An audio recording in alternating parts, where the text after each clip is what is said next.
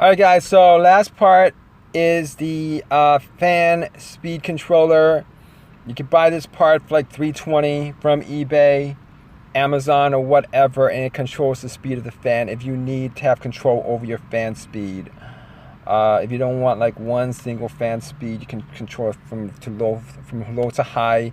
And since you're getting a what is it? I think it's 4 amps, whatever it is. You can control the speed of the fan from low to high, and this concludes the components for a do-it-yourself homemade Icybreeze. And it shouldn't cost you any more than like $50-$60 to build the whole entire thing. All right.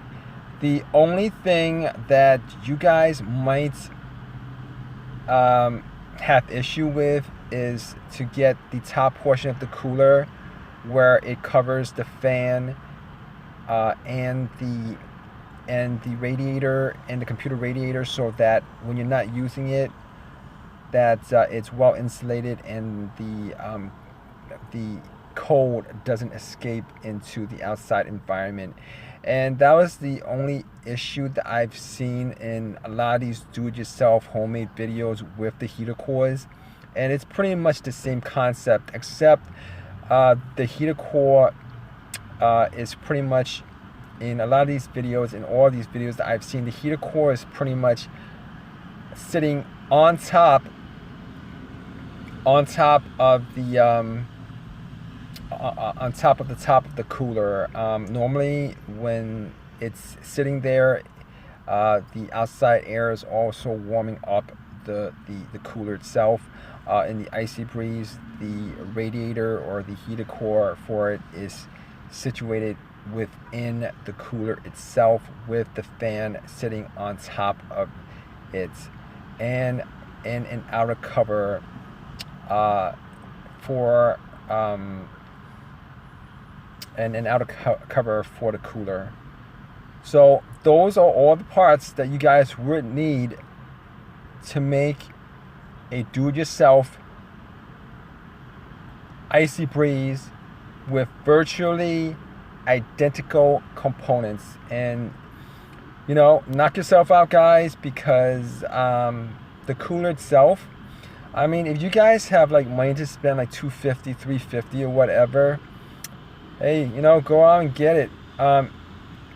But if you guys don't have money to spend, you guys have like $50, $60, and you guys want to make one of these coolers, I broke down the cooler for you guys, and I'm giving you guys the components of how to make this cooler and save yourself a bit of money, because these coolers, and it's not just the Icybreeze, all these coolers, and the Icybreeze, I haven't tested out all the other portable ice AC coolers.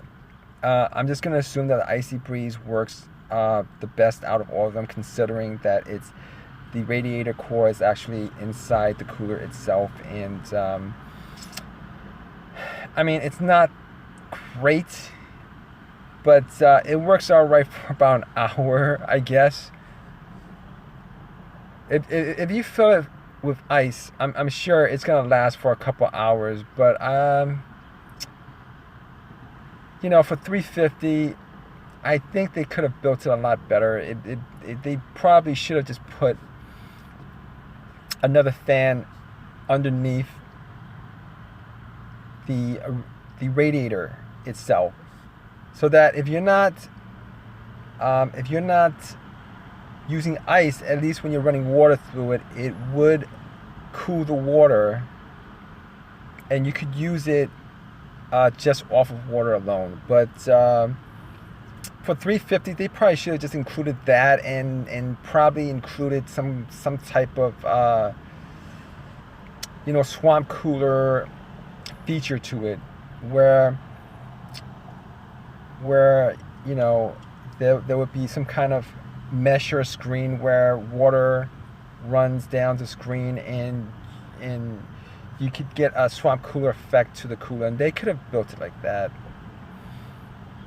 Well, you know, if they did that, they'll probably compromise a whole lot of space inside the cooler. But you know, for a $350 unit, 250, 350 is kind of expensive.